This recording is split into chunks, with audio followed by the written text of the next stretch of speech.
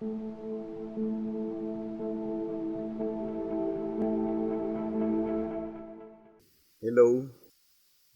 once again, Christian greetings to all our valued listeners and viewers throughout the whole world, more particularly to all Shepherd's Rod believers, and most especially to our beloved brothers and sisters in the United States of America.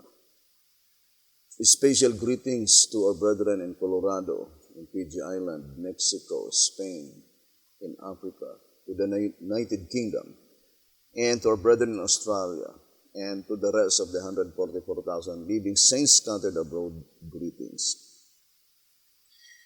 This episode is a special episode dedicated to our beloved brother, Emile Jules Lesbott.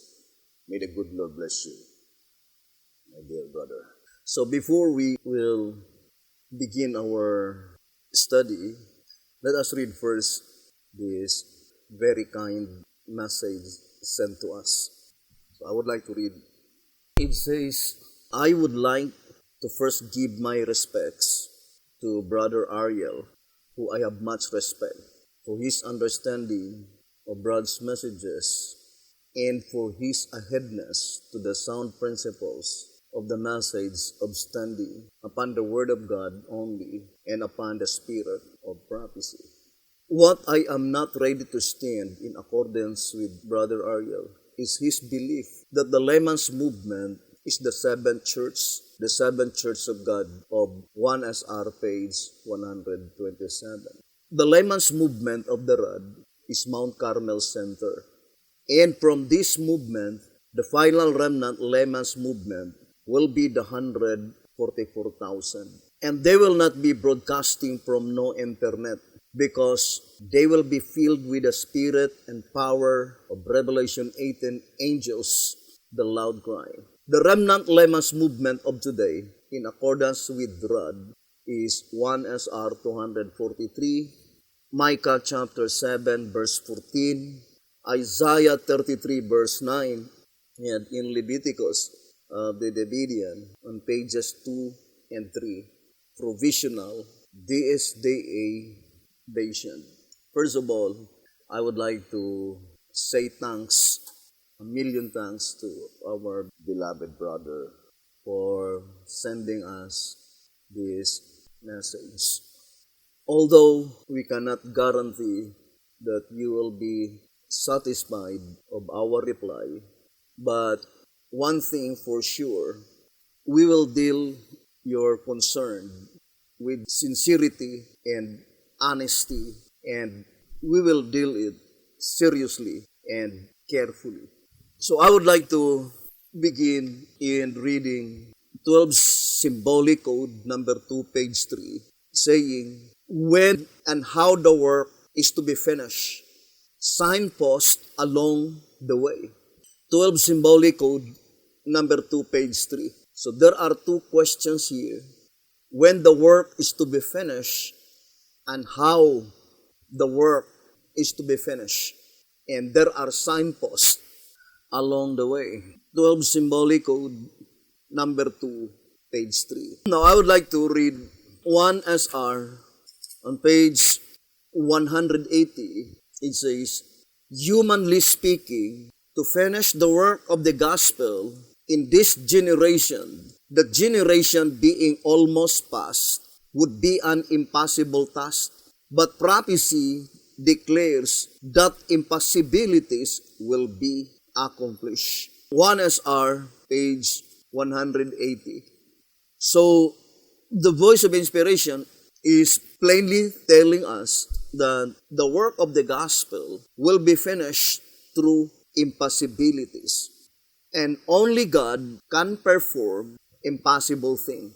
So, the Bible itself declared clearly in the book of Zechariah, chapter 4, verse 6, saying, Then he answered and spake unto me, saying, This is the word of the Lord unto Zerubbabel, saying, Not by might nor by power, but by my Spirit, saith the Lord of hosts. ZECHARIAH chapter 4, verse 6.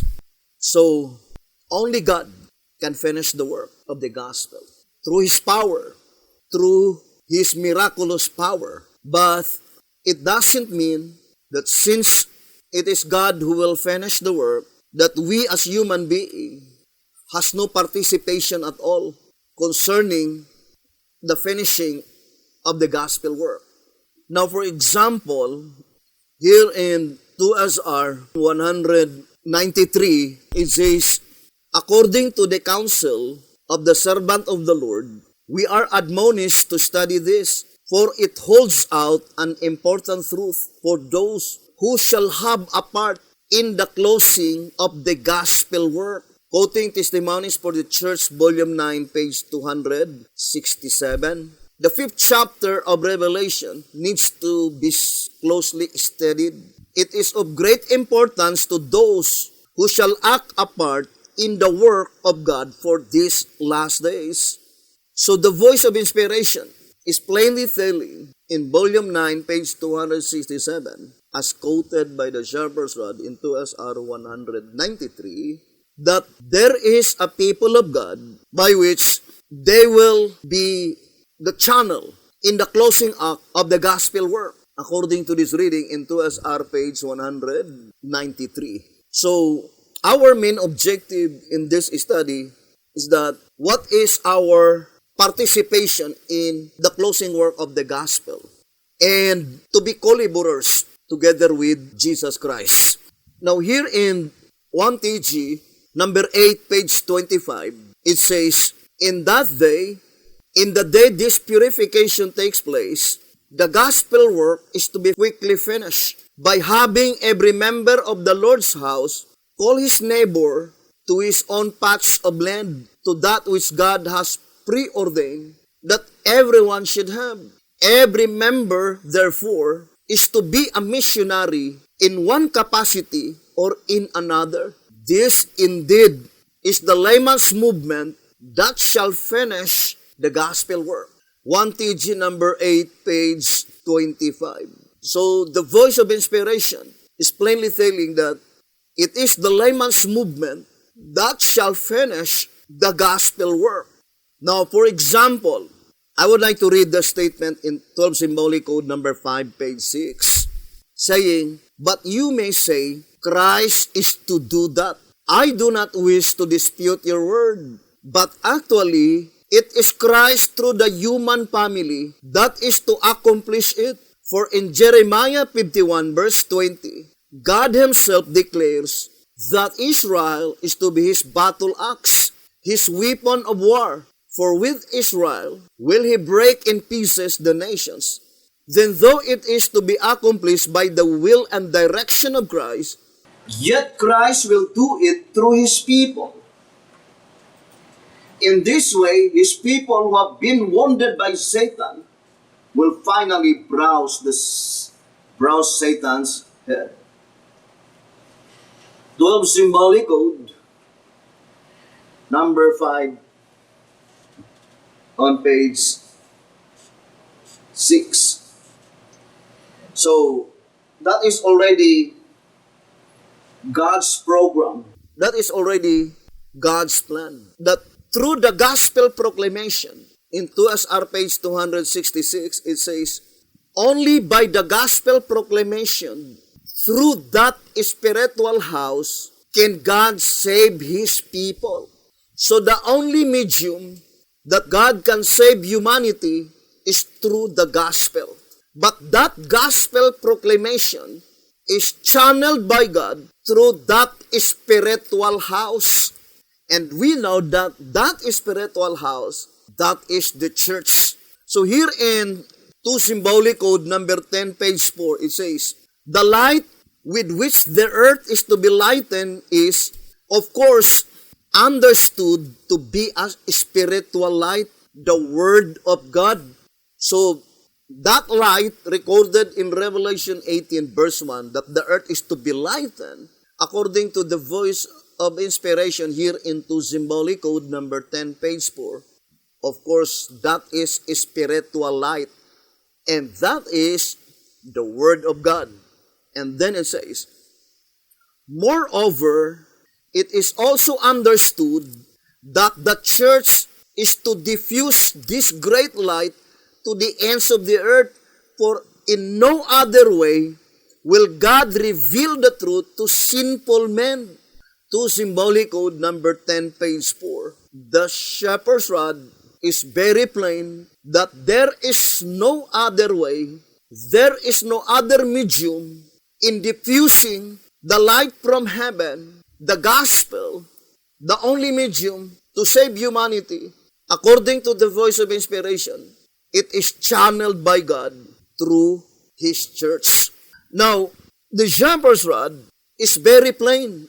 In answerer number 1, on page 13, it says, with both ministry and lighting in such a pitiful state of darkness, it is clear to be seen that though the Laodicean church is the last in the order of the 7 churches, God cannot through her lighten the world and prepare His people for the kingdom when she is in darkness and unprepared herself. Hence, the necessity of a new order, a new ministry, as predicted in Testimonies, Volume 5, page 80, and in Zephaniah 3, verse 11 to 12.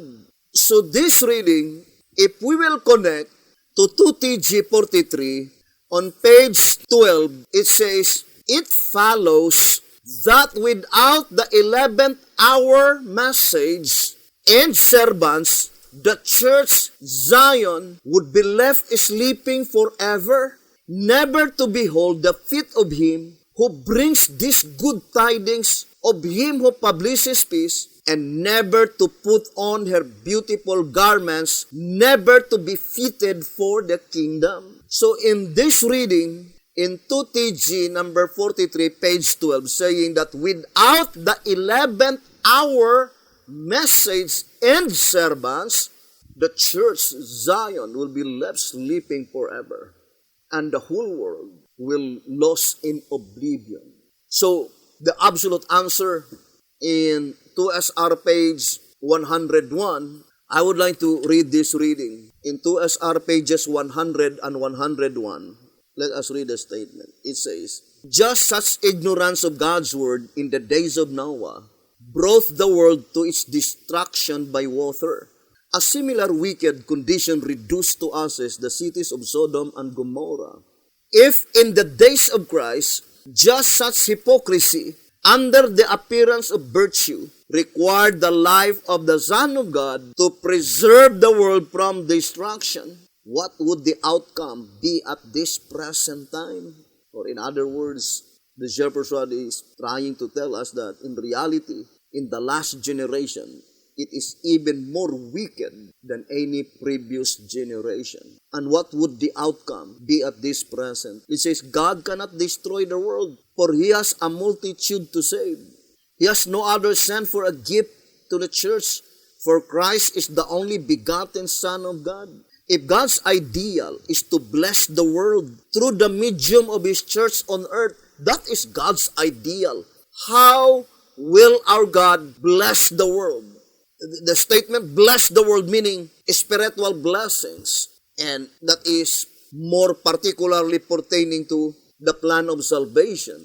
That is the eternal purpose of God. That the manifold wisdom of God will be channeled through His church on earth. And it says here, if God's ideal is to bless the world through the medium of His church on earth, and they to whom the gospel for the world is committed have left the ship and are serving the devil in the person of themselves, where is the hope of the world? So that is the most important question need to be answered. Where is the hope of the world? Of course, the answer is it must be a place, because the question where indicates a specific place. Brothers and sisters, where is the hope of the world? And look at the answer given by the shepherd's rod. The only answer that can be given is, woe to the sinners in Zion. Woe to the sinners in Zion. God will gather His sheep. He will have a church. That is very plain. The statement, He will have a church, for sure that is the church by which God will gather His sheep. Why is it that the shepherd's rod gives stress by saying that the only answer that can be given is, woe to the sinners in Zion? What is Zion? Let us study closely. What does Zion represents? Now, I would like to read the old symbolic code. To symbolic code number 9, page 8 and 9. It says, the explanation of the names Zion and Jerusalem must be obtained from the facts available about ancient Zion and Jerusalem, the types. Zion of Isaiah 52 verse 1 represents an animate object, for it would be foolish to say to a hill, awake, awake. Hence, Zion of the scripture is figurative of a people. On ancient Zion's exalted hill stood the palace of the king, and the rulers of the people dwelt at Jerusalem. The rest of the people also cast lots to bring one of them to dwell in Jerusalem, the holy city, and 9 parts to dwell in other cities. The above paragraph proves that upon Mount Zion lived the king, and in Jerusalem lived the rulers and the representatives of the nations. So that's what it means by Zion, brothers and sisters. So Zion represents the headquarters, the palace grounds. That is the statement given by the shepherd's rod in tract number 8, page 5. It says, Mount Zion, the king's earthly palace grounds. And in White House Recruiter, on page 53, it says, and it shall come to pass that he that is left in Zion, open and close parenthesis, at headquarters. So what is Zion? Represent the headquarters. Now let us go back to our subject. Our subject is when and how the work of God is to be finished. First of all, we already proven with absolute fact that God will finish the work in a miraculous manner through impossibilities, brothers and sisters. But the only medium that God will use is the church. And it could not be the Seventh-day Adventist church, the 9th hour church. God cannot use that church because she is in total darkness. God cannot lighten the world through her, through that medium. And accordingly, that is the 11th hour church. In Answerer number 1, page 68, it says, indeed, in the very nature of the case, the 11th hour movement must triumph, for being the last, the one to garner in the harvest. Then should it fail, everyone in the world today would forever remain lost. Double, therefore, are the reasons that the Lord purposes it to stand. Answerer number 1, page 68. So to the question, where is the hope of the world? The answer must be, wherever that 11th hour church can be found, that is the only hope of the world. But not only of the world, but as well as the church.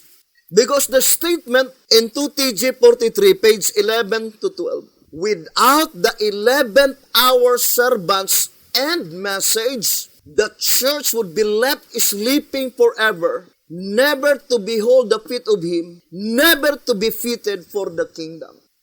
And since the people of God mentioned there is the first fruits, the 144,000 living saints, then it must be pertaining to the last ordained ministry.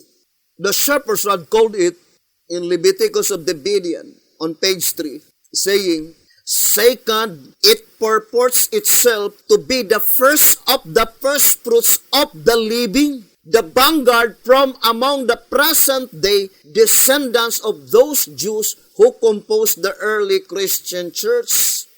So this first of the first fruits, they must be the last ordained ministry.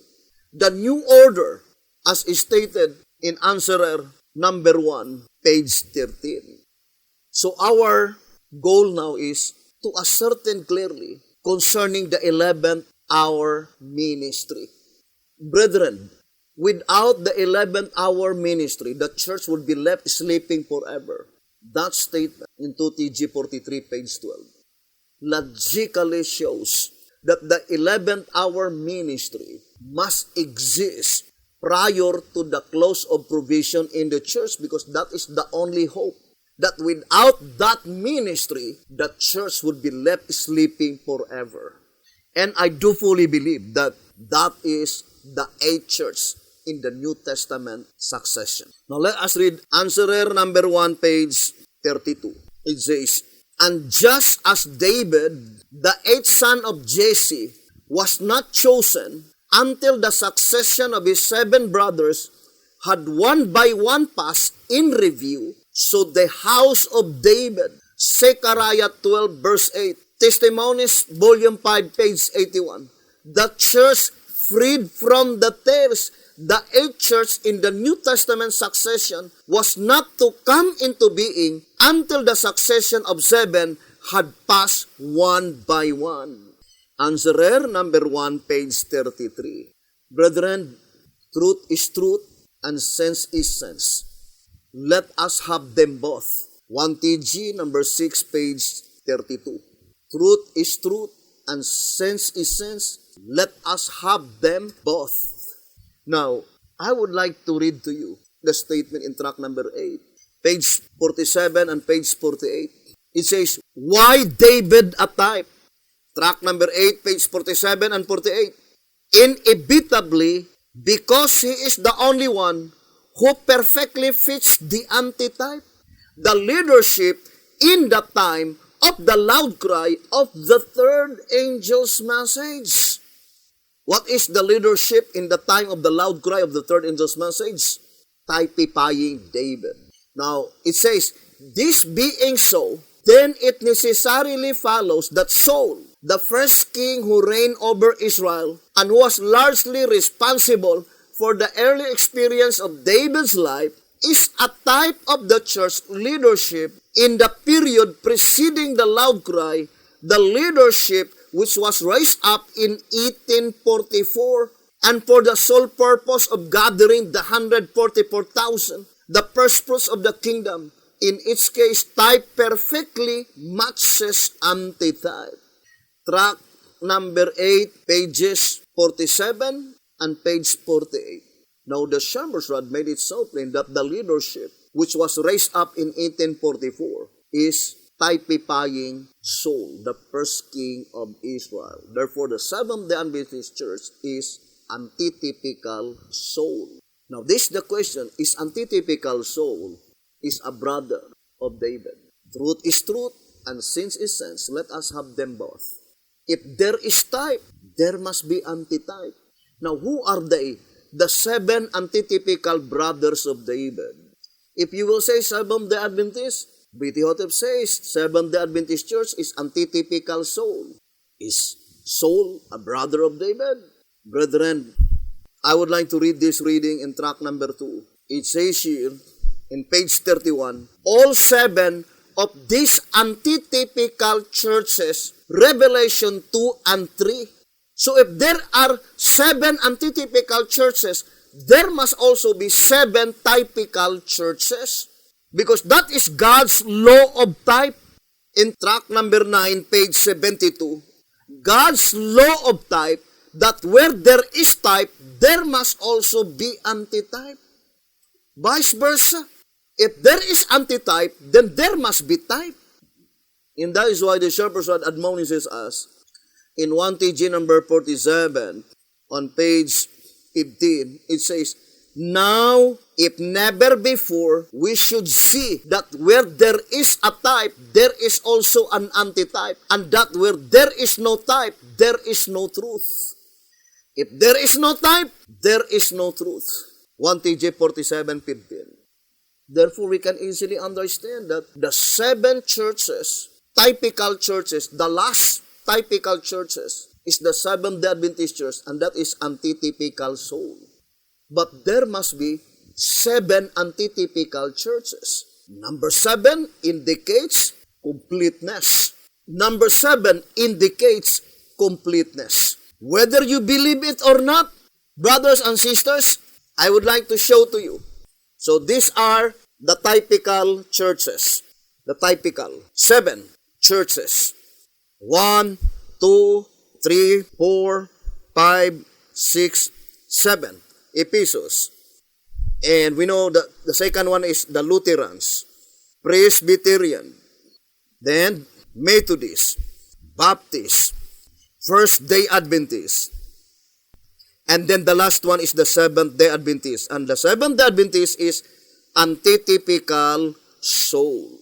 God is a God of order and not the author of confusion. So in order for us not to be confused with the typical and antitypical, the shepherd's rod plainly told us that the Seventh-day Adventist Church is antitypical soul. And Saul is not a brother of David. The 7 brothers of ancient David. Ancient David. This is because David is the youngest. 1, 2, 3, 4, 5, 6, 7.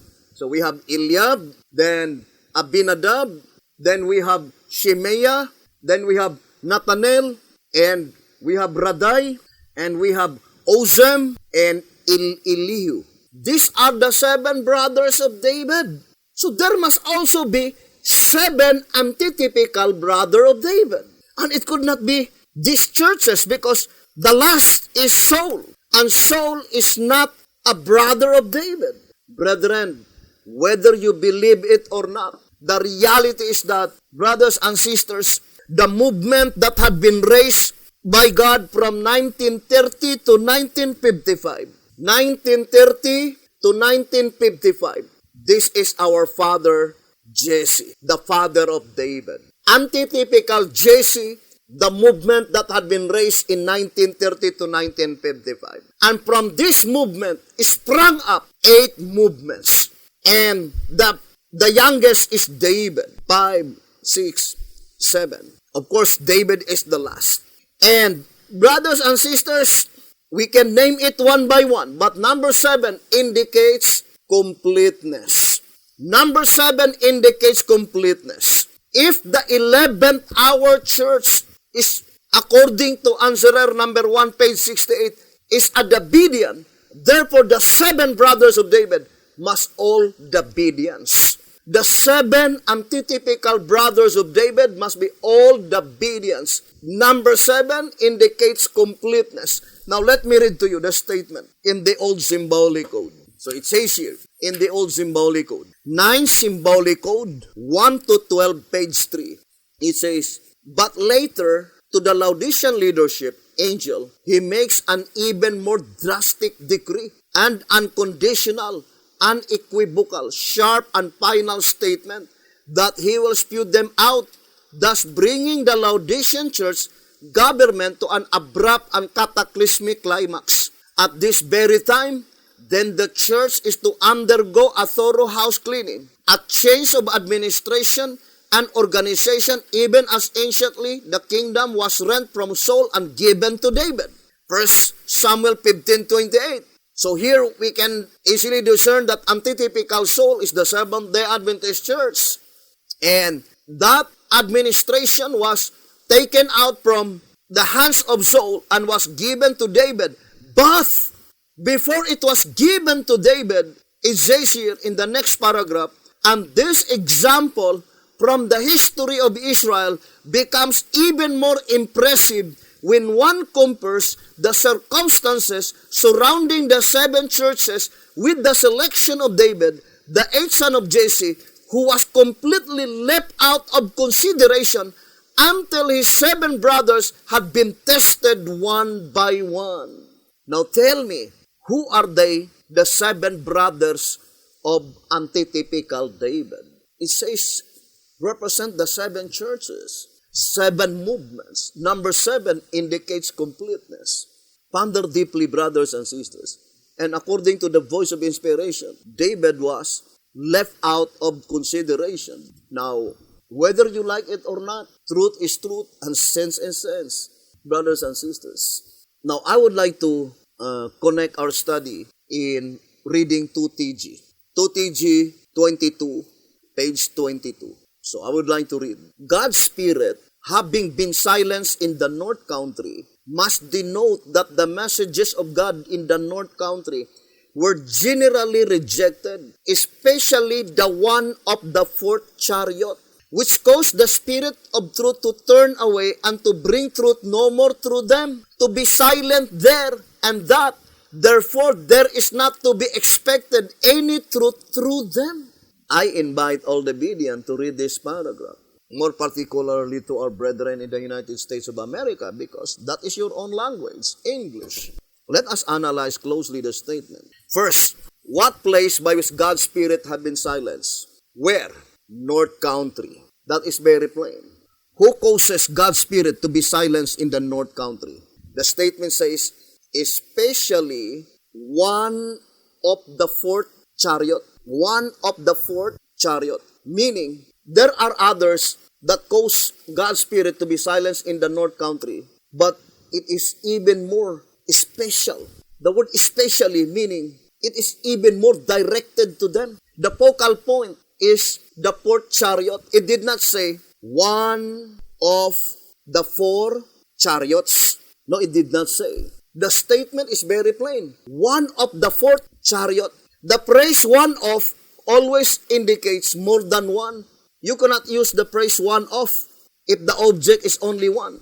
One of the 4 beasts. One of the 24 elders. One of the angels. Now the statement, especially one of the 4th chariot.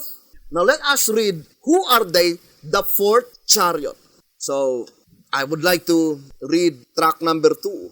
It says here in page 34. Track number 2, page 34. It says, the 4th chariot. Track number 2, page 34. Since the first 3 chariots embraced the history of the church up to 1844 AD, the 4th one must represent a subsequent church organization, successor to the Millerite or Philadelphian church.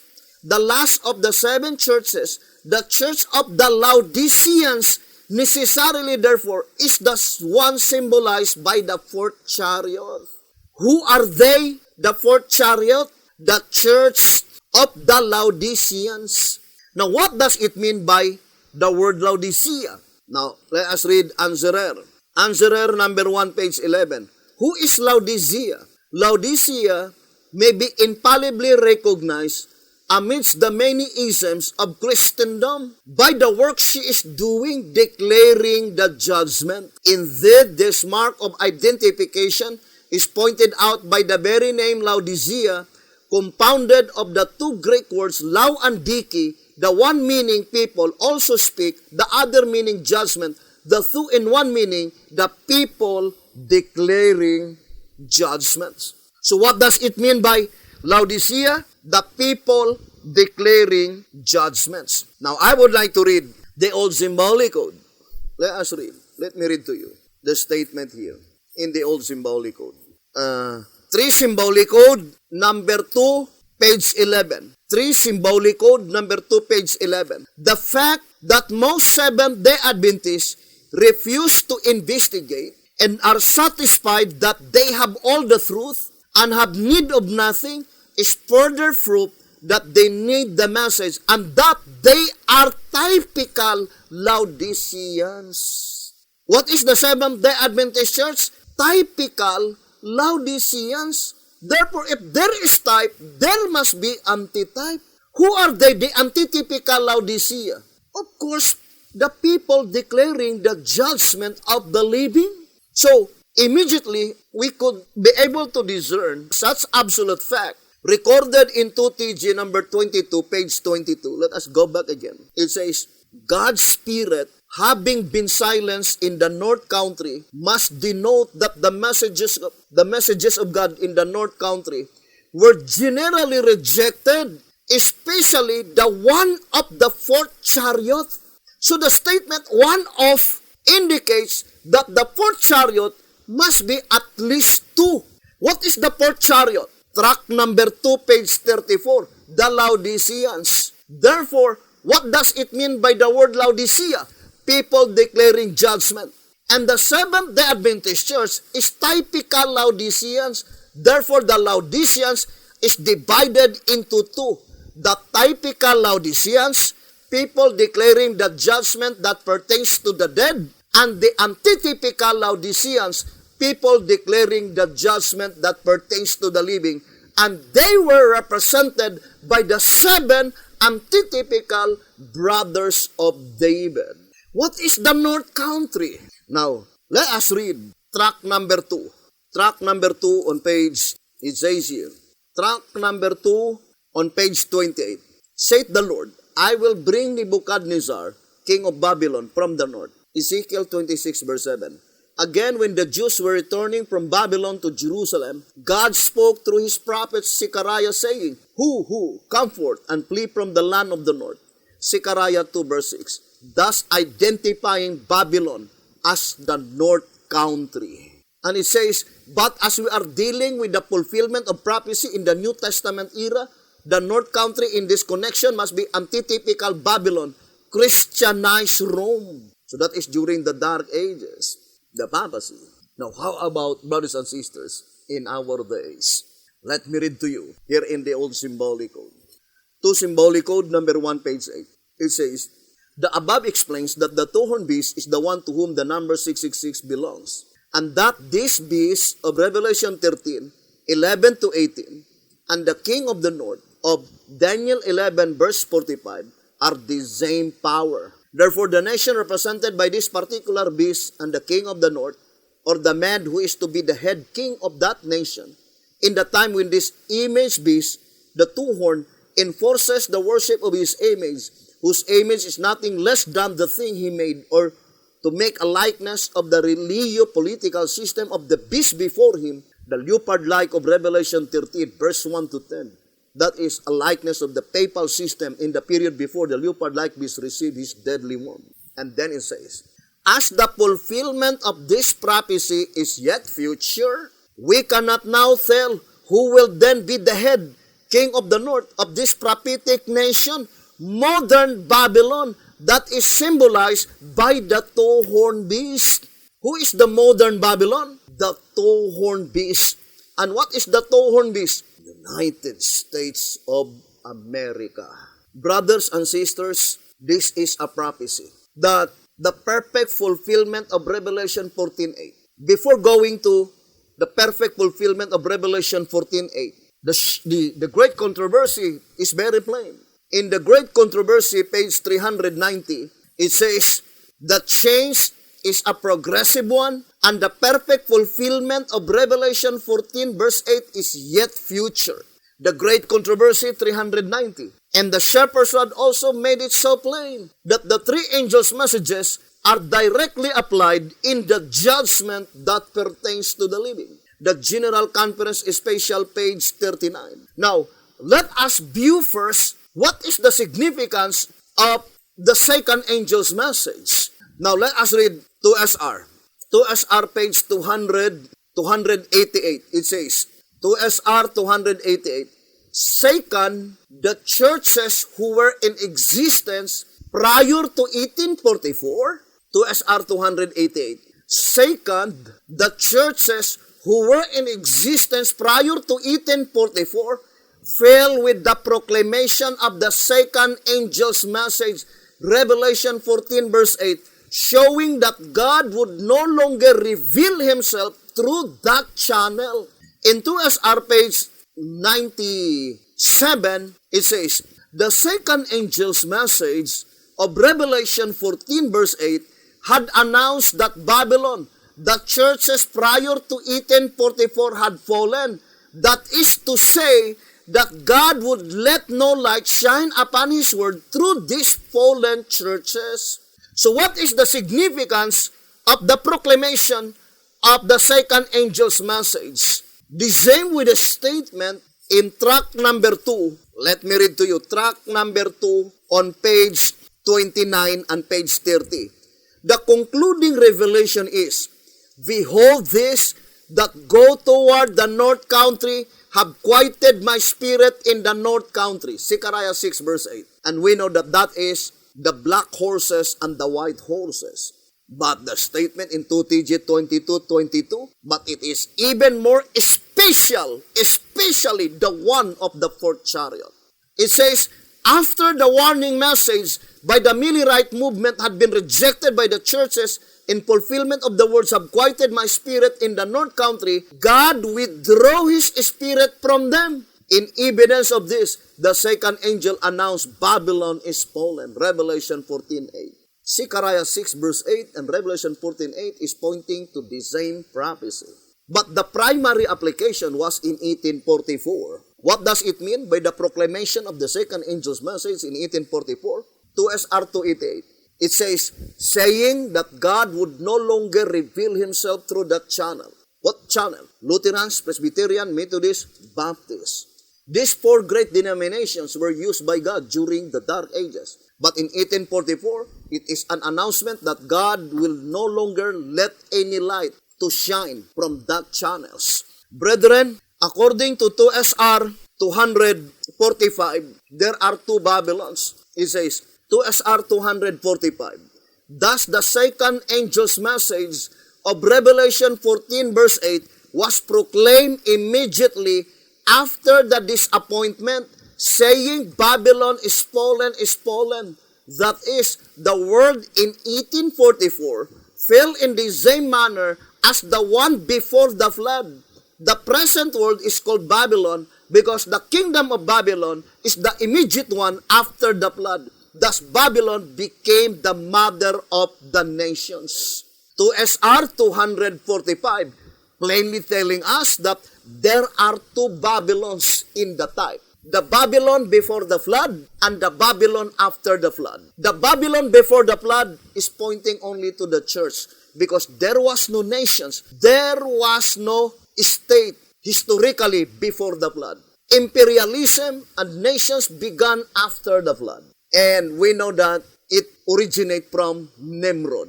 So, in the antitype, the proclamation of the second angel's message, Revelation 14:8 in 1844, is addressed only to the churches, not to the nations. But the modern Babylon, in the perfect fulfillment of the prophecy of Revelation 14:8, which is yet future, according to the great controversy, 390, let us read again the statement. It says, the great controversy, page 390, the second angel's message of Revelation 14 was first preached in the summer of 1844, and it then had a more direct application. It had a more direct application to the churches of the United States, where the warning of the judgment had been most widely proclaimed and most generally rejected, and where the declension in the churches had been most rapid. That is very plain here in the Great Controversy 390.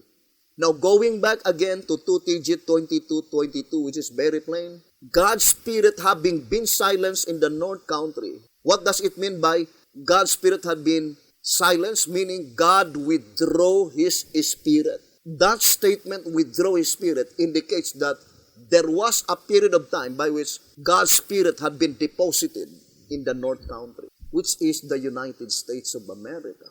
Look at those messengers that had been raised by God in the United States of America.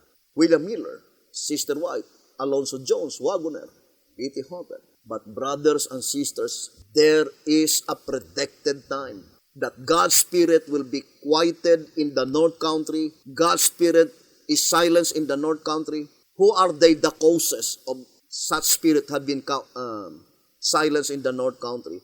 Especially the one of the fourth chariot.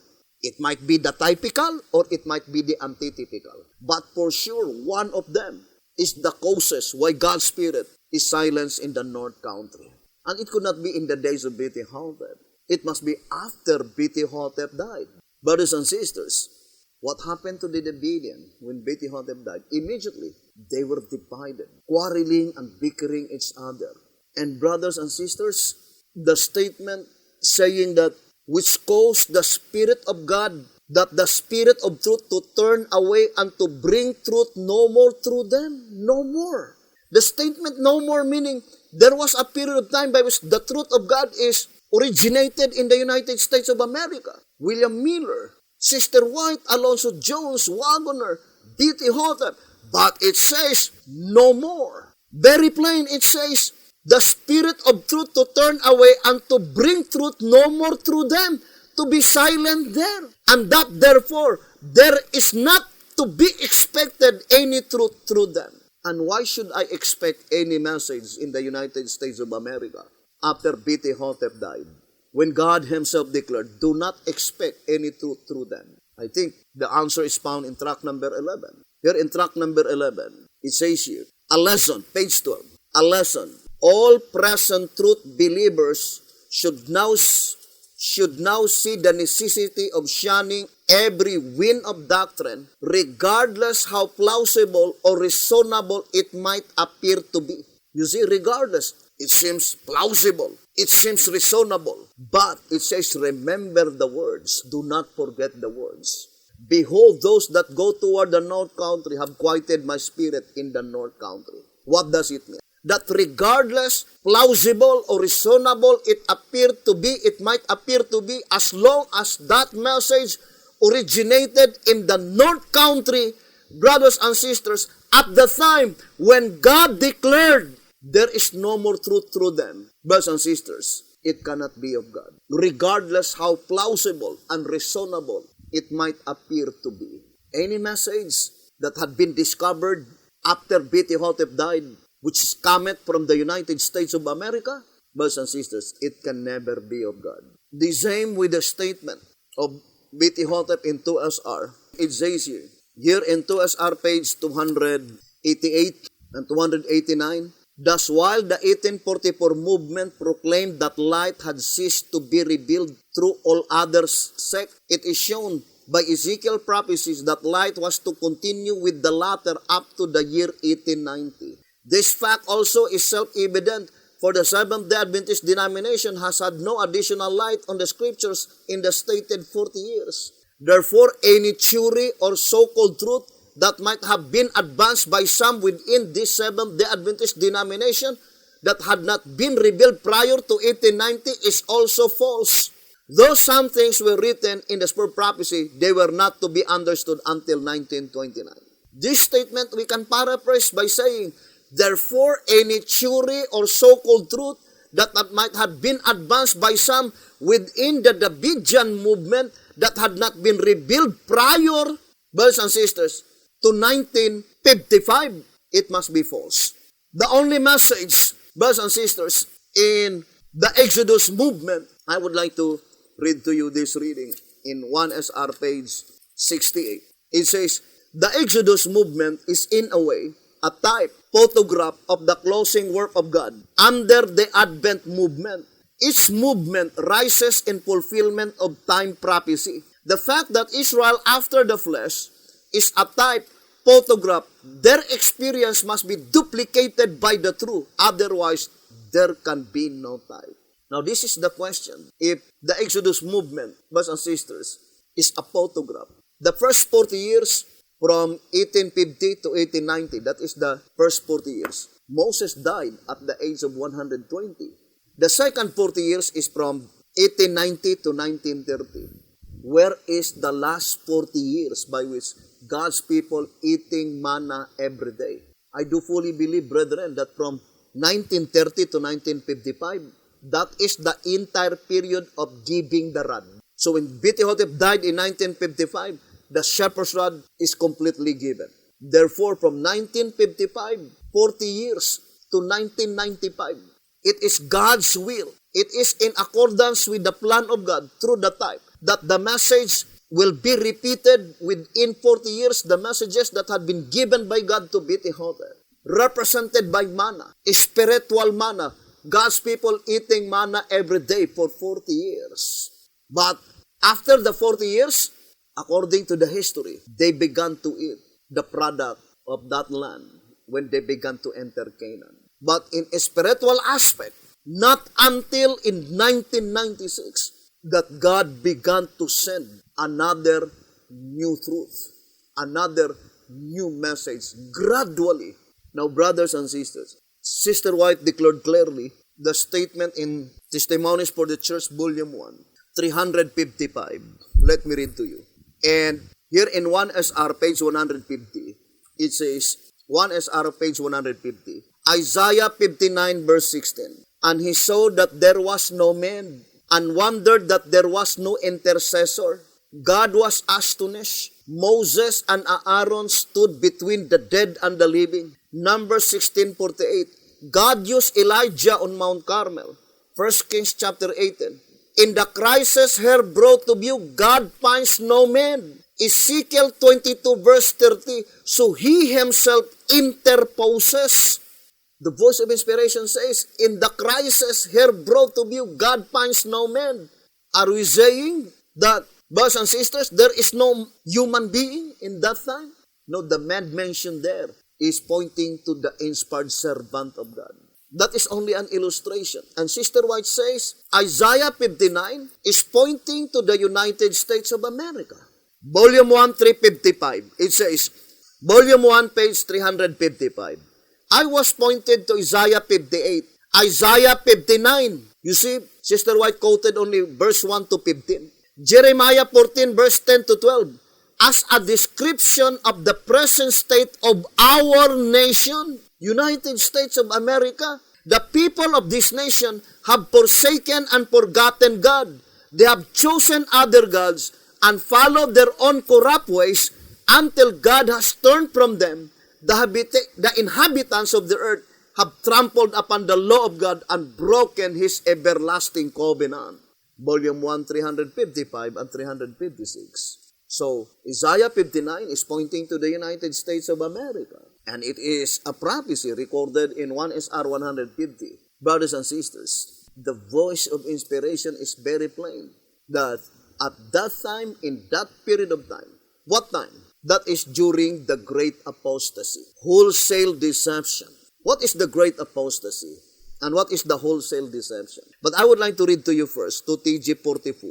2TG number 44 on page 40, page 38. 2TG 44, page 38. Isaiah 63 verse 5. And I looked, and there was none to help, and I wondered that there was none to uphold. Therefore mine own arm brought salvation unto me, and my fury it upheld me. And this is the commentary given by the Shepherd's Rod. Here you note that when the time came, there was not even one among his servants to uphold the work of the harvest, and consequently the Lord himself did the work without them. None among his servants, not even one. When? In the time of harvest. So we need to study closely. When does the time of harvest mentioned here? Brethren, that is the sealing of the 144,000. So we would like to proclaim, brothers and sisters, whether you like it or not, the great apostasy is also called the wholesale deception. What is the great apostasy? What is the wholesale deception? In 2SR, let me read to you. It says here, 2SR page 98, the name of blasphemy, and upon his heads the name of blasphemy, that is resistance of known truth, expressions of defiant, impiety, and irreverence towards God or things held sacred, mocking God's personality and authority. The prophet Isaiah, looking forward to this time of wholesale deception, headed by so-called spiritual guides, says, in that day 7 women shall take hold of one man, saying, we will eat our own bread and wear our own apparel, only let us be called by thy name, to take away our reproach. That is the wholesale deception. That is the great apostasy. Brothers and sisters, the wholesale deception, the great apostasy, if you will read 1SR 219 and 220, to the prophet Isaiah, this great apostasy, fostered by blind spiritual guides, was revealed, which he describes in the following scriptures. And he saw that there was no man, and wondered that there was no intercessor. Therefore his arm brought salvation unto him, and his righteousness, it sustained him. Isaiah 59:16. And I looked, and there was none to help, and I wondered that there was none to uphold. Therefore mine own arm brought salvation unto me, and my fury it upheld me. Isaiah 63 verse 5. Micah, looking forward to this wholesale deception, says, trust ye not in a friend, put ye not confidence in a guide. Micah 7 verse 5. So, the wholesale deception and the great apostasy is pointing to the same thing. But I would like to emphasize, what is the wholesale deception and what is the great apostasy? They will say, we will eat our own bread. We will wear our own apparel. Let us be called by your name. That is figurative speech. The wholesale deception is that what is important to them is the name. That is the wholesale deception. That is the great apostasy. Now, I would like to read to you in 1 TG. Here in 1 TG number 42, page 4, as you know, there are now hundreds of church names in the world, as many names as there are isms, all of which are named by the mouth of men. Although God recognizes but one church, many of the names even suggest divine competition. For instance, do not the names Church of Christ and Church of God make Christ and God competitors? Our Davidian is exempted with this statement, 2 TG 42, page 4 and 5. The wholesale apostasy, the great apostasy, is in the United States of America. And number 7 indicates completeness. How could it be that there is exempted? And this is the reality. Brothers and sisters, the name Bashan, brothers and sisters, is found in the Bible and it is for prophecy. But you cannot read in the writings of B.T. Hotep that the final movement, their name is called Bashan. What they are after is the name. Another called their group Gilead. Another called Branch. Can you imagine? Those names is found in the Bible, is for prophecy, but they were quarreling and bickering each other. If that name is of God, why is it that they were not united? Who named Bashan? It is from the mouth of men. The statement in the shepherd's rod is very plain. Let me read to you in 1 SR 243. It says, Carmel, Bashan, and Gilead are used as symbols of good spiritual pasture. No, it is not a name of groups. It is a symbol of good spiritual pasture, meaning if that movement, the present truth is found in that movement, then that is symbolizes as Bashan. That is symbolizes by Gilead as well as the top of Carmel. Not by name. The shepherds were declared clearly here in 1 TG. Let me read to you 1 TG 45. From page 19 to page 20. 1 TG 45, 19 and 20.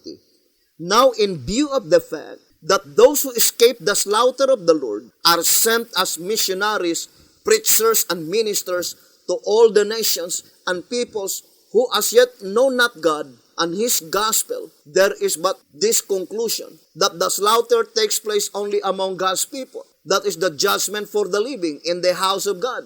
1 Peter 4:17. The shepherds are slain. Who are slain? The shepherds, because they have kept the sheep away from the Lord's green pasture, present truth.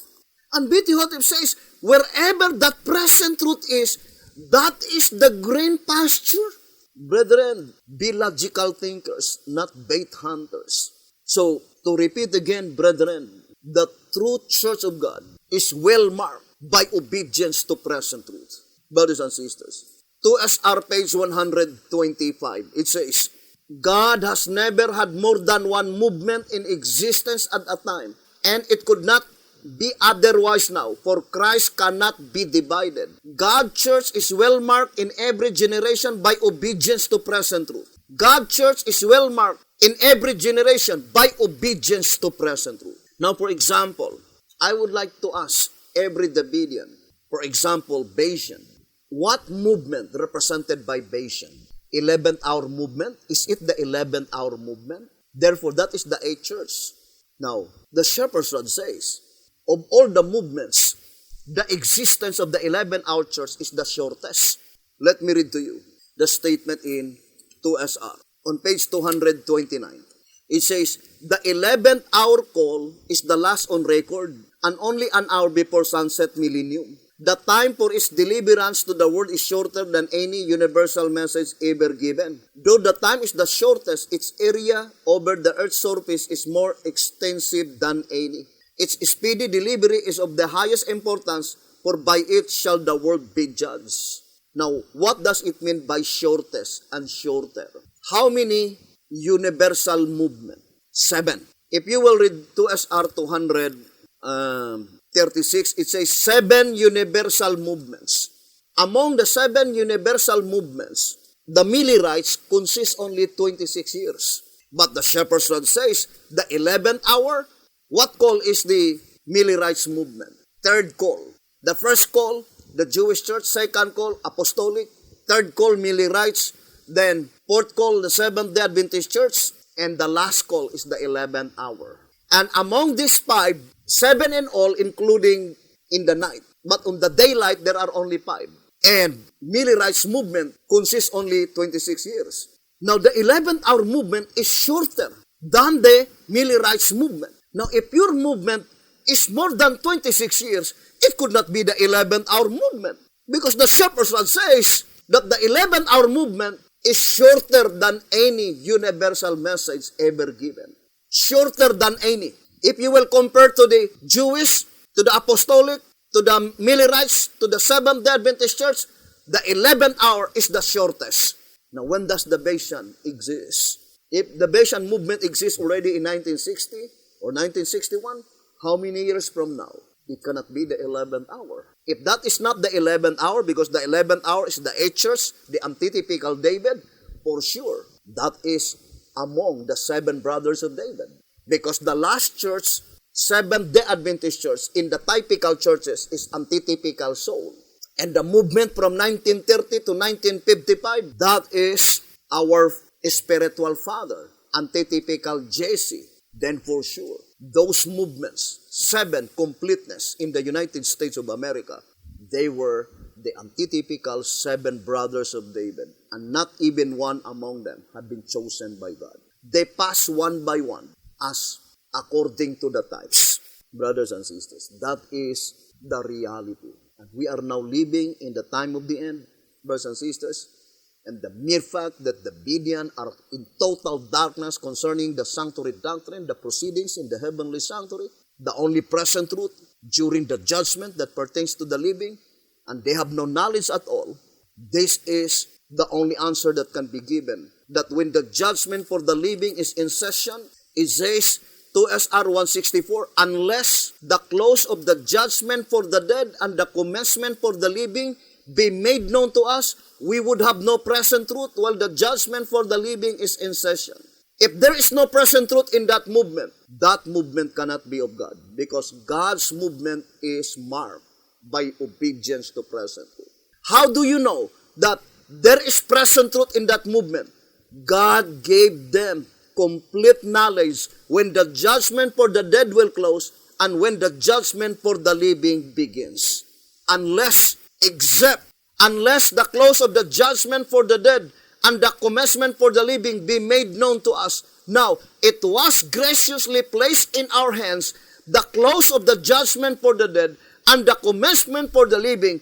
Obviously, therefore, the present truth is bestowed by God unto us. We will continue this inquiry, brothers and sisters, because it is very important to understand when and how the work of the gospel is to be finished. But first of all, God will finish the work. It says, it is the layman's movement that will finish the gospel work. That is very plain. Here in 1TG, let me read to you, here in 1TG number, the statement given by the voice of inspiration. 1TG 46, page 11. You must take a firm and active stand with this layman's movement. In this, the work of which is first for the church, then for the world. 1TG 46, page 11. Now, here's another statement that I would like to read to you. The statement given by the voice of inspiration. Here in 1TG number 42, it says here. In 1TG number 42, page 9, page 10, it says, you certainly now see Zion's reward and God's mighty effort to inform you of this truth. you surely will do all you can to escape God's vengeance and to join this layman's movement for the gathering of the people. And to repeat again, it says here in 1 TG number 8, on page 25, this indeed is the layman's movement that shall finish the gospel work. Now, I would like to read to you Jezreel letter. Here in Jezreel letter, on number 3, on page 12, this you know is not Brother Hotep, but the layman's movement imbued with the Spirit and at work. So, concerning your statement that God's people will never broadcast the message through internet, it cannot be supported in the writings of the Shepherd's Rod. Because the Shepherd's Rod itself declared clearly, even the Bible, that the third angel's message is flying in the midst of heaven. Revelation 14, verse 6 to 9. And in the days of BT Hotep, the significance is by sending reading materials like the lives of Unknown. But the direct application is in the judgment that pertains to the living. We did not say that the work will be finished with our own work. No, it is only through the miracle and the power of Jesus Christ. But our obligation is to broadcast the message. And the only way to broadcast the message, since it is God who inspired the modern science, for what purpose that God inspired the modern science? That is very plain in 2SR. It says 229. 2SR 229, it says, its speedy delivery is of the highest importance, for by it shall the world be judged. Then it says, because the work is so broad, its expansion so vast, and its importance so great, God has inspired modern science to invent and build speedy equipment to quickly finish His work. It is the Shepherd's Rod who declared clearly. For me, it is a miracle that I'm just preaching the message here in this place, but my voice is heard throughout the whole world. That is a miracle. That without the inspiration of the Spirit of God to the modern science, it will never be happen. The statement is very plain. God has inspired modern science to invent. Who inspired them? The Spirit of God. And build speedy equipment to quickly finish His work. Look at the statement in White House Recruiter, page 36. White House Recruiter, page 36. Because time and the gospel are at their climactic hour, and the work is consequently of transcendent scope, expansion, and importance, yet of exceeding short duration, God has inspired men to invent and build time and labor-saving, wonder-working, earth-mastering tools and machinery of all kinds, marvels which would have staggered the imagination and beggared the credulity of former generations, notwithstanding that centuries aforehand, the high and lofty one that inhabit eternity, Isaiah 57 verse 15, declared, but thou, O Daniel, shut up the words and seal the book, even to the time of the end. Many shall run to and fro, and the knowledge shall be increased. Daniel 12 verse 4. But one of the prominent miracle that will be repeated as the same as in the days of the apostles. And since it is the English language that had been chosen by God to preach the gospel, but the reality is that there are many nations, there are many people who cannot understand English, even in our own country. And that is one of the miracles that God will perform when the Spirit will be poured out. That even though I will be preaching in the language of English, those people who cannot understand English, in His hearing, it seems that I'm speaking with their own vernacular. It is no longer English that they heard. It was translated by the Holy Spirit into their own respective language. And that prophecy will soon be fulfilled, very soon, brothers and sisters. That is only one of the predicted miracle recorded in the Bible and is for prophecy. But we have a duty to perform, to broadcast this message. And the chosen medium given by God is the internet. This modern technology, how we could be able to preach the gospel with a speedy equipment according to the voice of inspiration. So we will continue this subject or concerning this inquiry, and hoping that God would bless us, hoping that God would help us. And apology if I said something wrong My only desire is to explain the message, and if possible, all Davidian, all of us, will see in God's kingdom soon, very soon. May the good Lord bless you and have a beautiful, wonderful evening.